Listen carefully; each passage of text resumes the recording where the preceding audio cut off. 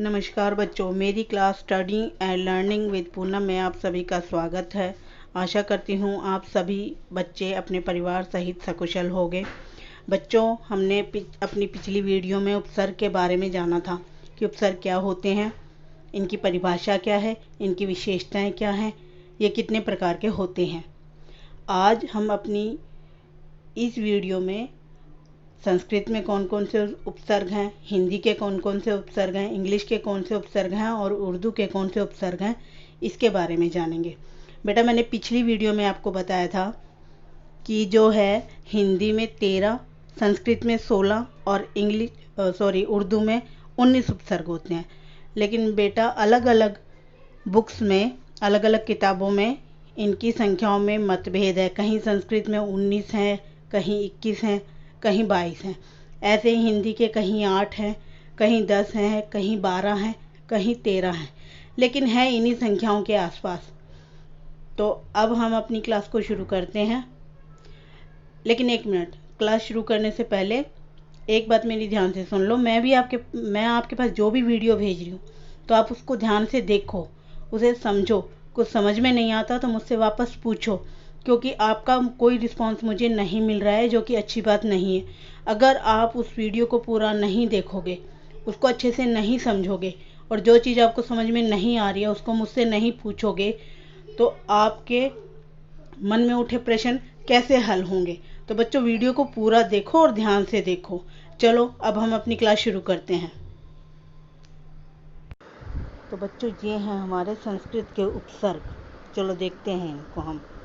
ये आपके इस साइड में दिए हुए हैं, ये हैं आपके उपसर्ग, ये इनके भाव या अर्थ और ये इनसे बने हुए शब्द।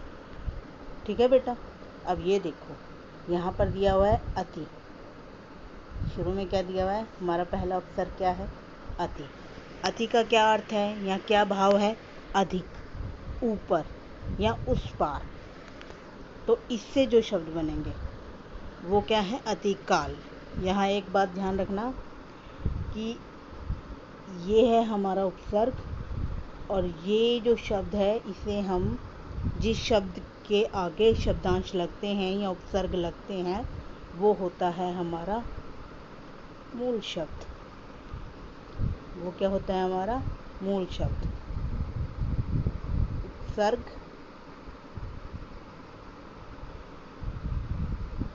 प्लस में ये मूल शब्द, ये क्या है? हमारे मूल शब्द। इस बात का ध्यान रखना, इन्हें मूल शब्द कहते हैं। हमारे कई बार क्वेश्चन भी आते हैं कि दिए गए शब्द में से उपसर्ग और मूल शब्द को अलग कीजिए या मूल शब्द और शब्दांश को अलग कीजिए। तो अब देखिए, अति, अति का मतलब अधिक, तो इससे बने वाले उपसर्ग क्या हैं?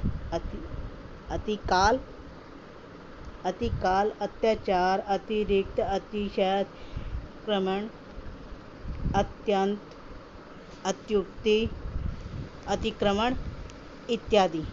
इस इत्यादि को बेटा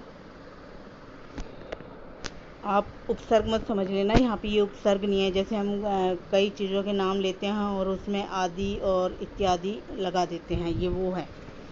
तो अब आप ये देखोगे कि मैं, मान लो आप पूछोगे, यहाँ तो चलो आ रहा है, अति आ रहा है, यहाँ पर इन सब में अति आ रहा है, तो हमें पता चल रहा है कि अति उपसर्ग है।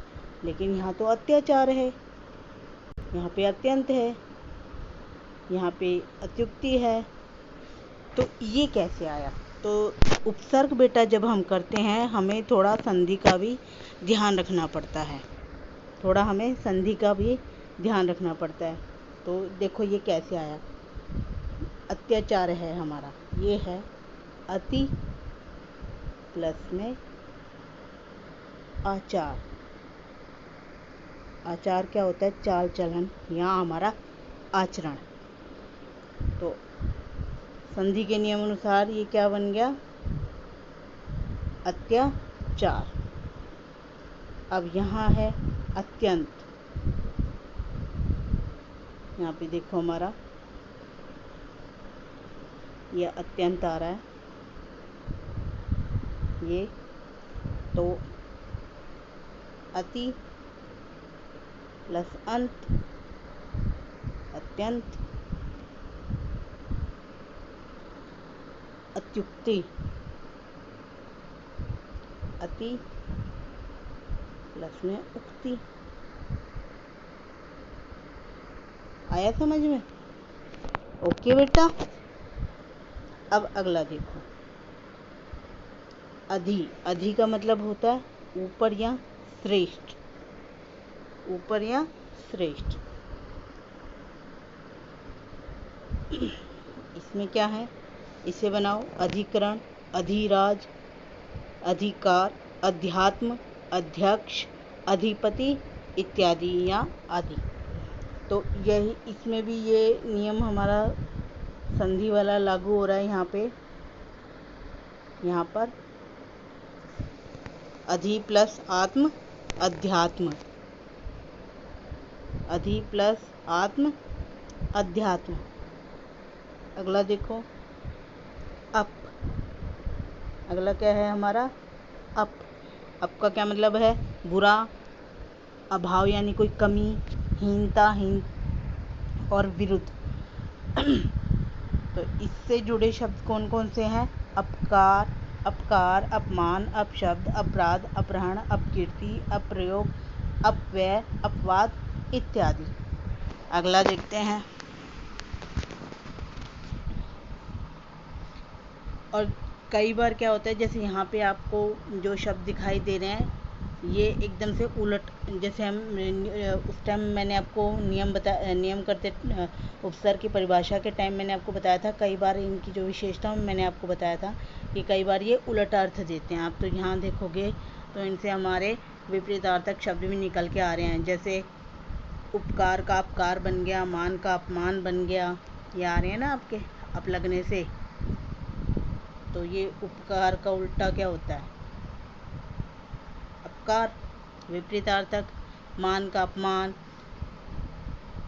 अपशब्द, अपराध, अपहरण, अपकीर्ति, अप्रयोग, अपव्यय, अपवाद।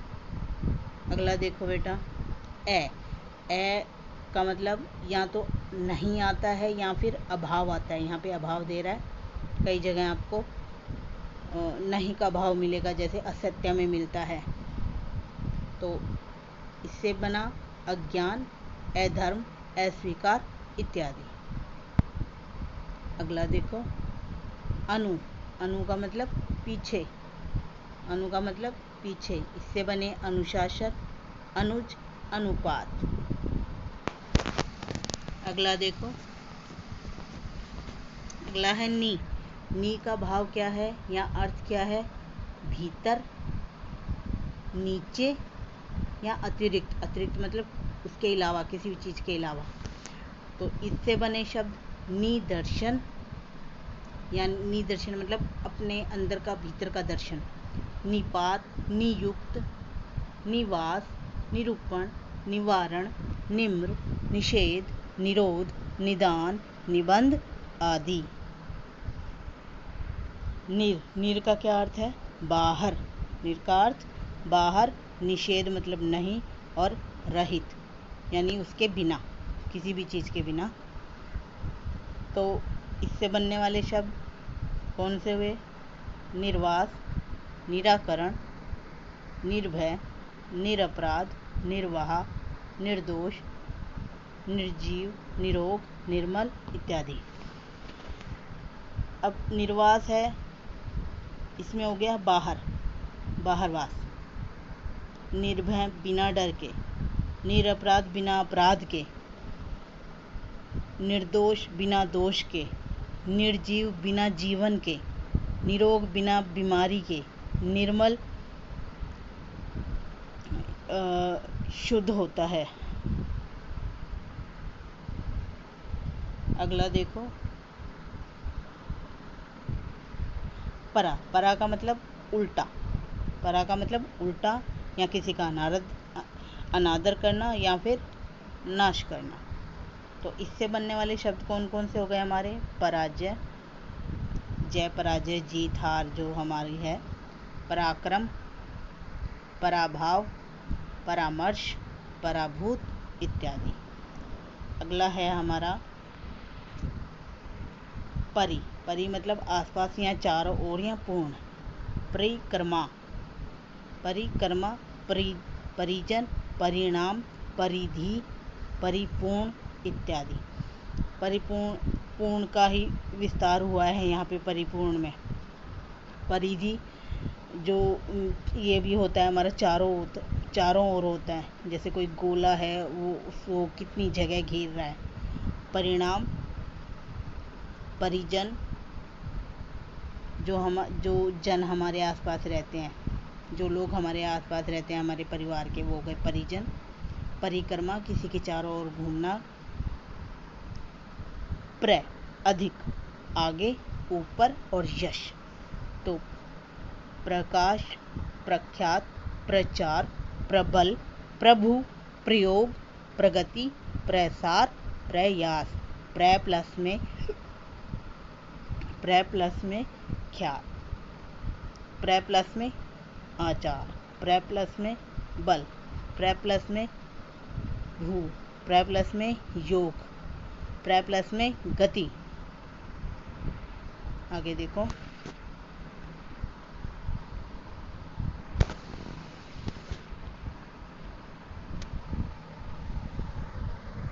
प्रति। प्रति बराबरी भी होती है किसी का विरोध करना भी होता है। हर एक या प्रत्येक चीज़ भी होती है और परिवर्तन भी होता है। प्रतिक्षण, प्रतिक्षण यहाँ पे आ गया प्रत्येक। यहाँ पे इसका मतलब निकल के आ रहा है प्रत्येक, एक एक क्षण, प्रत्येक एक एक क्षण। प्रतिनिधि,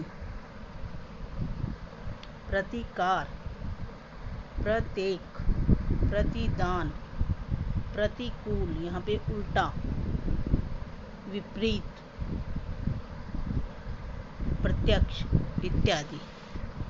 अब है वी होती है भिन्नता, हीनता, असमानता, विशेषता। तो इससे बनने वाले शब्द कौन से हो गए? विकास, विज्ञान, विदेश, विधवा, विवाद, विशेष, विस्मरण, विराम, वियोग। तो अब पीछे जितने शब्द करवाए हैं और ये जो शब्द हैं बीच में एक बार फिर बता रही हूँ, ध्यान रखना कि ये हमारा उपसर्ग है और जिस शब्द से जुड़कर ये शब्द बनता है वो होता है हमारा मूल शब्द। अगर आ जाए विकास में उपसर्ग और मूल शब्द को अलग कीजिए तो वी और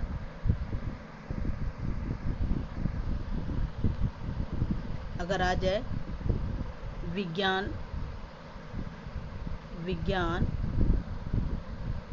शब्द में उपसर्ग और मूल शब्द को अलग कीजिए या शब्दांश और मूल शब्द को अलग कीजिए तो कैसे करोगे?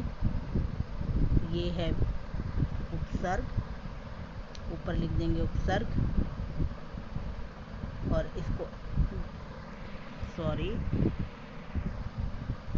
उपसर्ग,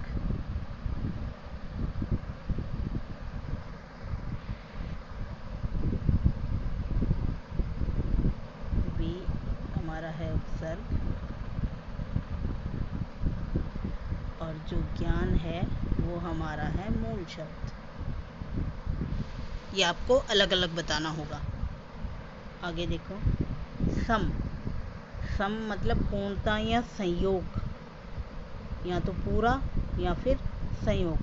तो इससे बनने वाले शब्द संकल्प, संग्रह, संतोष, संन्यास, संयोग, संस्कार, संरक्षण, संहार, सम्मेलन, संस्कृत, सम्मुख, संग्राम इत्यादि।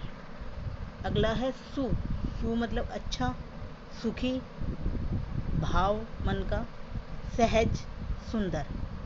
सुकृत यानी सुंदर किया हुआ काम। सुगम, आसान। सुलभ, जो आसानी से हमें प्राप्त हो जाता है। यहाँ पे आसान मतलब सहज है।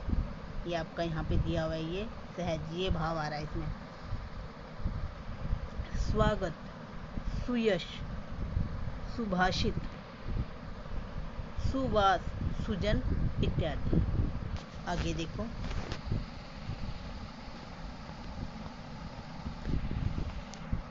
अध, अध का मतलब है आधे के अर्थ में, यानी कोई चीज आधी है, पूरी नहीं है। अध जला यानी आधा जला हुआ, अध पका आधा पका हुआ, आधा खिला हुआ, अध मरा आधा मरा हुआ, अध सेरा आधा सेर, ये वजन है। फिर है अन या ए, निषेध में। मैंने अभी पीछे आपका ए आया था पहले, उस टाइम आपको बताया था ए का एक मतलब ना में भी निकलता है, नहीं में भी निकलता है, निषेध में भी निकलता है और अर्थ में भी। यहाँ पे आ गया अमोल, ए पढ़, अजान, अथा, अलग, अनमोल, अनजान। तो अमोल जिसका कोई मोल नहीं, आ गया नहीं। ए पढ़ जो पढ़ा हुआ नहीं है, आ गया यहाँ पर नहीं।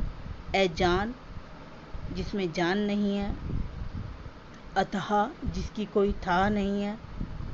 अलग जो सबसे अलग है। अनमोल जिसका कोई मोल नहीं है। अनजान जिसको कोई जानता नहीं है।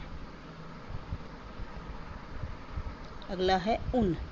उन का मतलब होता है एक कम, एक कम जो पूर्ण संख्या होती है। जैसे मान ले 100 है, 100 में एक कम रह गया, 20 है, 19 है, सॉरी 20 है, 30 है, 40 है, 50 है, 100 है, 1000 है, कुछ भी है, उसमें एक कम, उसमें एक कम। तो जैसे यहाँ पे उत्तरीस लिखा हुआ है, 19 होता है, 19 यानी 20 से एक कम, 29 यानी 30 से एक कम, 49 यानी 40 से एक कम, 59 यानी 60 से एक कम, 69 यानी 70 से एक कम। तो उनका क्या मतलब है? एक कम, जो भी हमारी संख्या है उससे एक कम। फिर है औ, हीनता या निषेध यानी नहीं में। ओ गुण, ओ गुण में हीनता आ गई है क्योंकि जिसमें कोई गुण नहीं है। ओ घट, ओ सर, ओ ढर आदि। दू, दू का अर्थ या भाव निकलता है बुरा या फिर हीन। दुकाल यानी बुरा समय।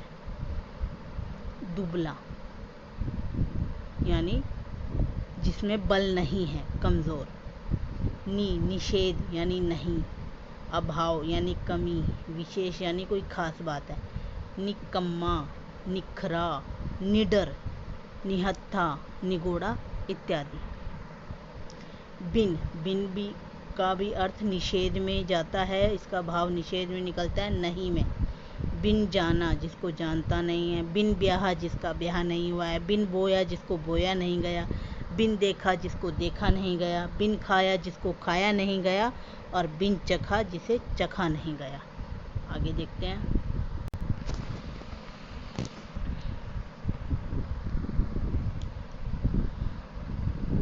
भर, भर का मतलब पूरा या ठीक।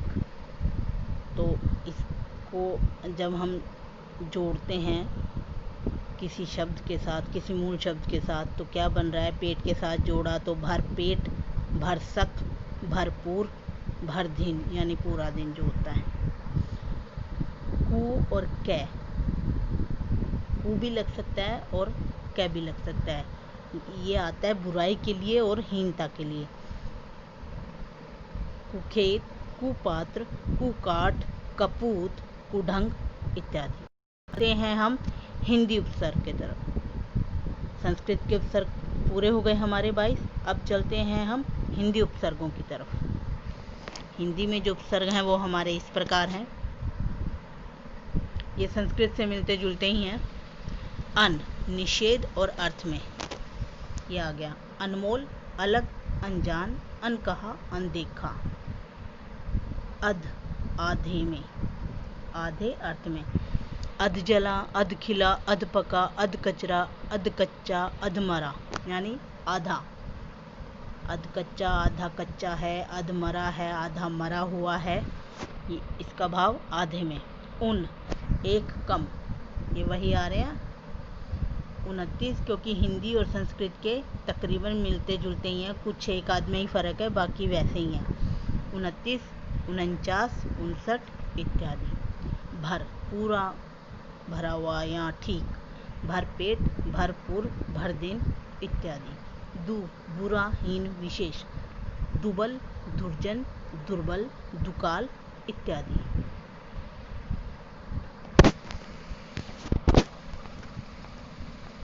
नि, अभाव या विशेष। निगूढ़ा, निडर, निकम्मा इत्यादि।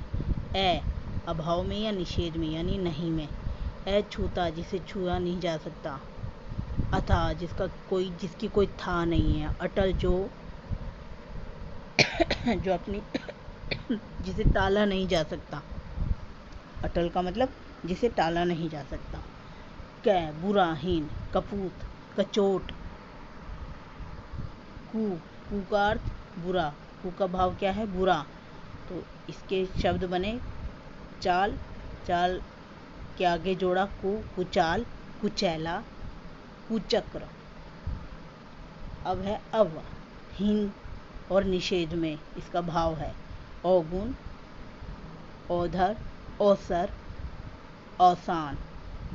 भर, पूरा, पूरा, संपूर्ण जो है। भर पेट, भरपूर, भरसक, भरमार। सु, अच्छा, सुडौल, सुजान, सुघड़, सुफल। पर, दूसरा, यानी कोई दूसरी जगह। परलोक, यानी कोई दूसरा लोक। परोपकार, किसी दूसरे पर उपकार। परसर्ग, पर सर्ग का मतलब आपको बताया था निर्माण करना होता है भाई।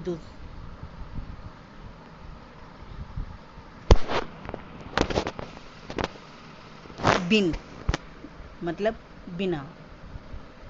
बिन का अर्थ हुआ बिना या निषेध या नहीं में जो आता है हमारा, जो नहीं का भाव देता है। बिन ब्याह, बिन बादल, बिन पाए, बिन जाने। बिन ब्याह, बिना ब्याह के। बिन बादल, बिना बादल के। जैसे हम कह भी देते हैं कि बिन बादल बरसात हो रही है। बिन पाए, जिसके पाए नहीं है। बिन जाने, बिन पाए मतलब जिसको हम पा नहीं सकते। बिन जाने, जिसको हम जानते नहीं हैं। अब आते हैं उर्दू के उपसर्ग की ओर चलते हैं हम। ला, ला का अर्थ है बिना। ला में क्या भाव है? बिना। जैसे लाचार, लाजवाब, लापरवाह, लापता।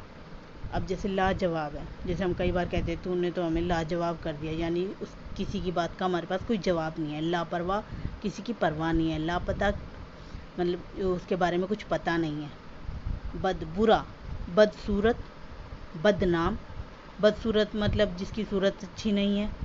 बदनाम, जिसका नाम जो है वो बुराई के लिए लिया जा रहा है, यानी अच्छाई के लिए नहीं लिया जा रहा। बद दिमाग, जिसका दिमाग अच्छा नहीं है, या हम कह देते हैं दिमाग खराब हो रहा है। बदमाश, बदकिस्मत। बे, बे मतलब बिना में। इसका अर्थ आ रहा है बिना में। बेकाम, यानी बिना काम के। जैसे हम कह देते हैं बेकाम में घूम रहा है। बेअसर, जिसका कोई असर नहीं है। बेरहम, जिसमें कोई रहम नहीं है, दया नहीं है। बेईमान, जिसमें कोई ईमान धर्म नहीं है किसी का। बेरहम, जिसमें रहम नहीं है, ऊपर भी आया है ये। कम मतलब थोड़ा या हीन, थोड़ा या हीन। तो इसमें क्या है? कम सिन, कम ख्याल, कमज़ोर, कम दिमाग, कम ज़ात इत्यादि। आगे देखते हैं। गैर, के बिना। इसका अर्थ है के बिना। इसके अंदर क्या भाव आता है? किसी चीज़ के बिना या नहीं का। गैर कानूनी, गैर ज़रूरी, गैर हाजिर, गैर सरकारी इत्यादि। खुश, श्रेष्ठता के अर्थ में, श्रेष्ठता के अर्थ में। खुशनुमा, खुशगवार, खुश मिजाज, खुशबू, खुश दिल, खुशहाल इत्यादि। ना यानी अभाव में, किसी चीज़ में कमी में। नाराज, नालायक, ना, ये यहाँ पे गलत लिखा हुआ है भाई, मुमकिन होता है। नादान, नापसंद, नादान इत्यादि। अल, ये है अल, निश्चित, अलबत्ता, अलगरज आदि। बर, बर मतलब ऊपर या पर या फिर बाहर। बर्खास्त, बर्दाश्त, बर वक्त इत्यादि। बिल, के साथ, बिल आखिर, बिल्कुल, बिल वजह।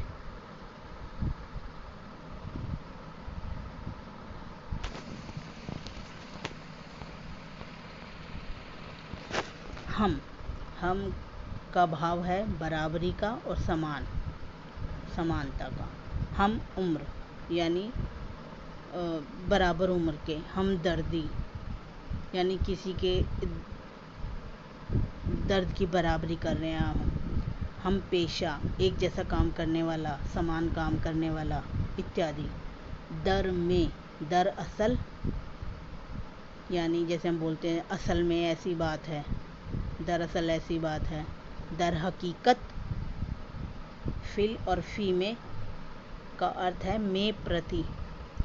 फिलहाल,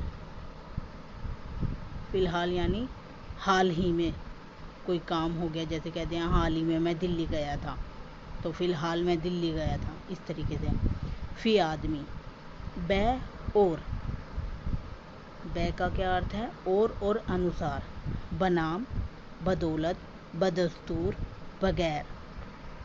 बा, बा का भावार्थ क्या है? सहित, सहित, बाकायदा, कायदे के सहित।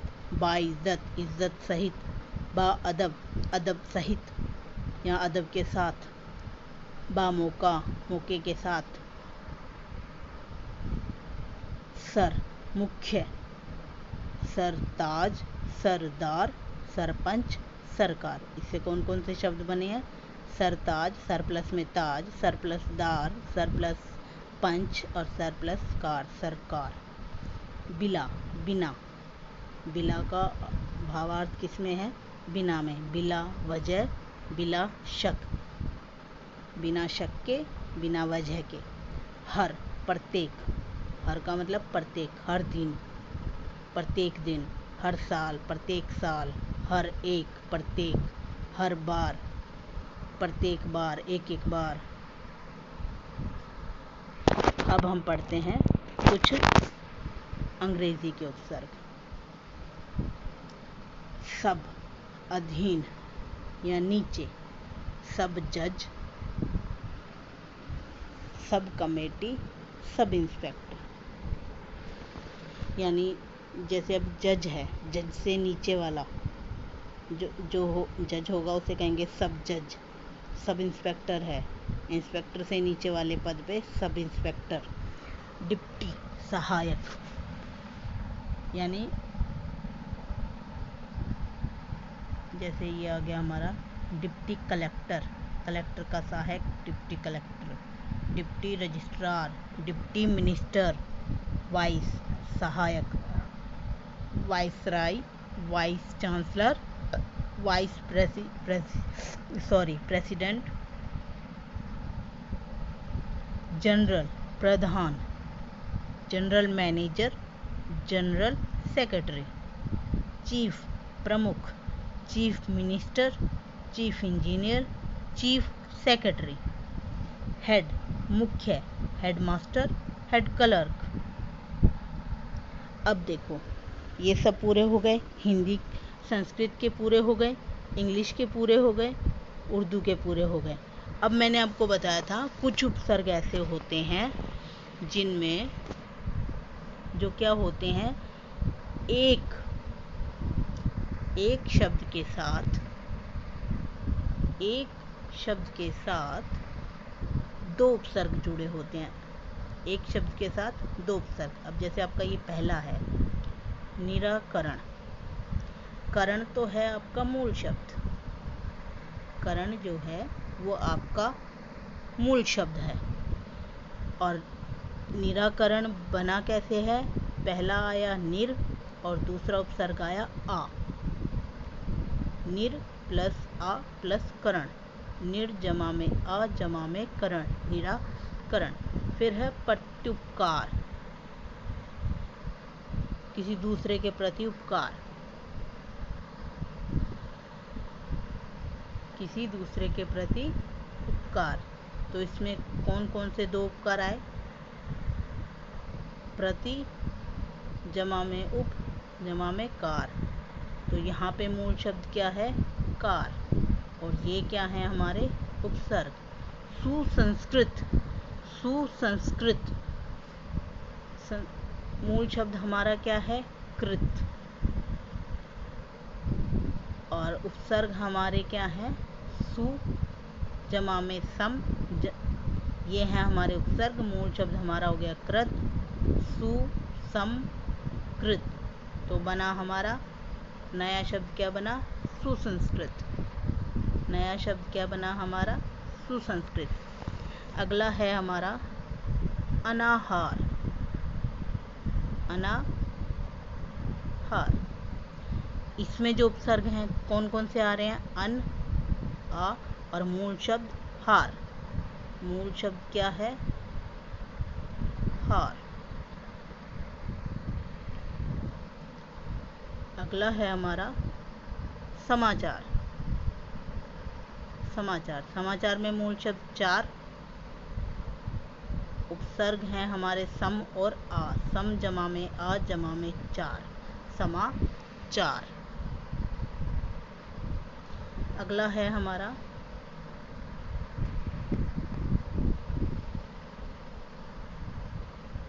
अनासक्ति। अन और आ है हमारे उपसर्ग दो, और शक्ति है हमारा मूल शब्द। फिर है असुरक्षित। रक्षित जो है हमारा मूल शब्द, और ए जमा में सु जो है हमारे दो उपसर्ग। फिर आता है समालोचना। समालोचना में उपसर्ग हैं हमारे सम जमा आ, और आलोचना जो है वो है मूल शब्द, वो है मूल शब्द। अगला है संगठित। सु प्लस में सम प्लस में गठित, सु जमा सम जमा गठित, सुसंगठित। मूल शब्द हमारा क्या हो गया, गठित। अगला है हमारा अनियंत्रित। अगला क्या है, अनियंत्रित। इसमें मूल शब्द क्या है, यंत्रित, और उपसर्ग ए जमा में नी, अनियंत्रित। अगला है अत्याचार।